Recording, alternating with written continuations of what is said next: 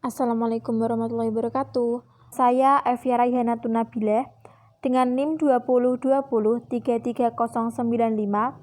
kelas 1B Prodi BGSD dari Universitas Muria Kudus. Kembali lagi di YouTube channel aku. Jadi di video kali ini berbeda dengan video yang sebelumnya tentang olahraga. Di video kali ini aku bakal kasih edukasi pembelajaran bahasa Indonesia untuk kelas 5 SD tentang teks eksplanasi.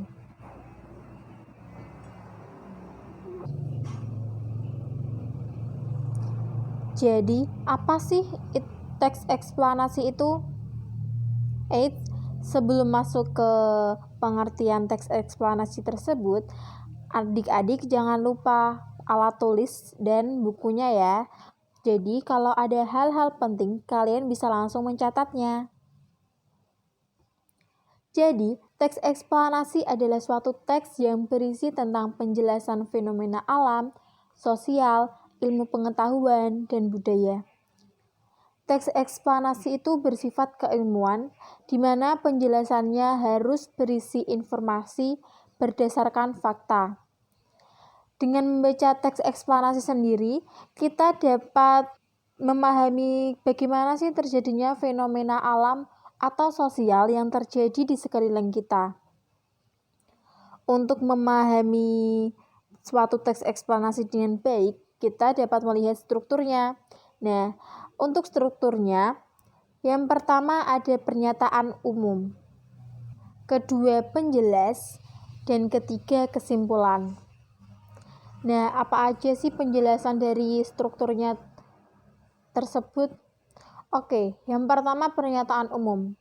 Pernyataan umum adalah bagian yang berisi tentang penyampaian informasi umum tentang topik atau permasalahan yang sedang dibahas.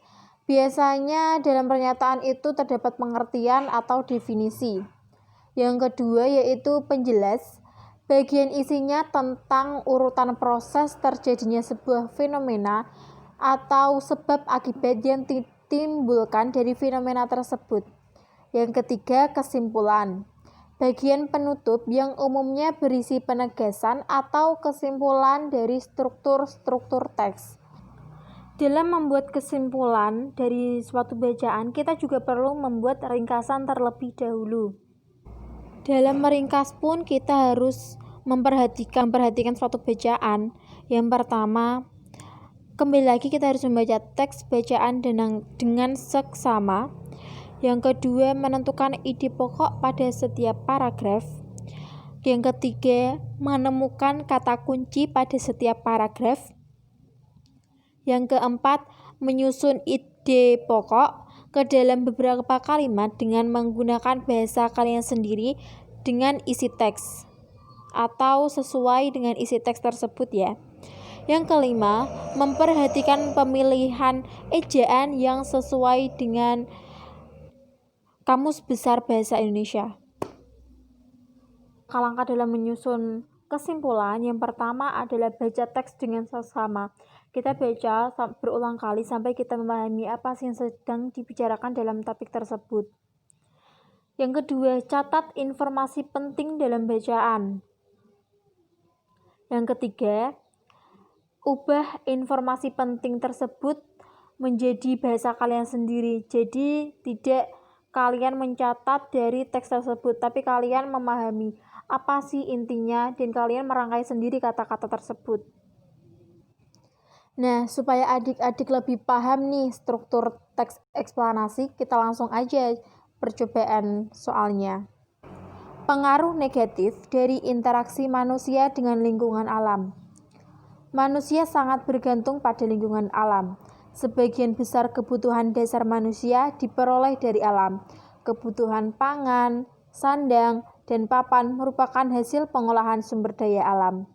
Hal tersebut merupakan bentuk interaksi manusia dengan lingkungan alam. Manusia memelihara lingkungan alam agar dapat dimanfaatkan untuk memenuhi kebutuhan. Tidak semua interaksi manusia dengan lingkungan alam memiliki pengaruh yang baik. Misalnya, kebiasaan sebagian masyarakat yang membuang sampah sembarangan berdampak buruk pada lingkungan alam. Sampah yang dibuang di sungai dan di laut dapat merusak lingkungan tempat makhluk hidup yang ada di dalamnya. Selain itu, kerusakan lingkungan dapat membahayakan manusia.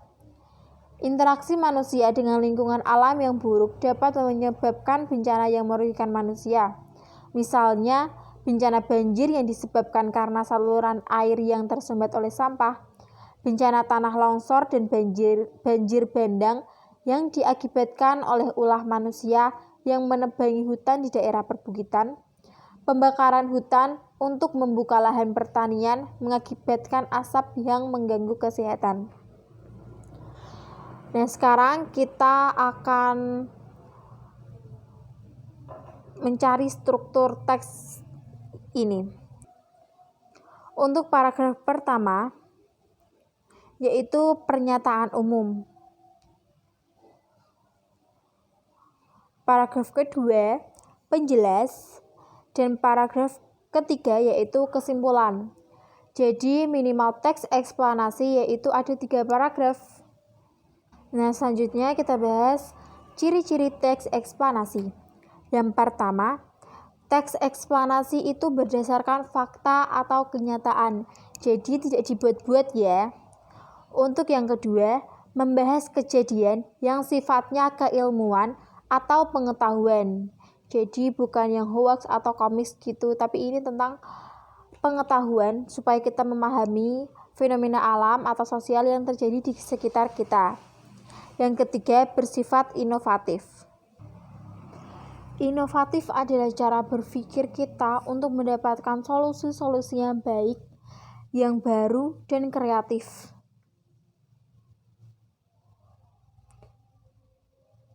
Setelah kita membaca sebuah teks eksplanasi, misal kita ada tugas untuk meringkas teks tersebut, maka harus mengikuti langkah-langkah yang benar.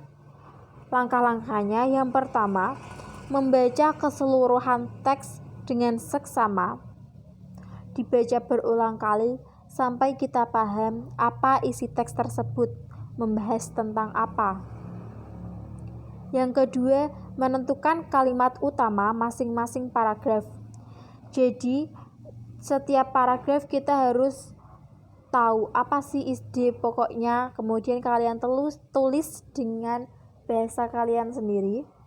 Yang ketiga, menuliskan kalimat utama dalam bentuk poin-poin, yaitu nanti kalian bisa untuk paragraf pertama poinnya apa, kedua apa, ketiga apa.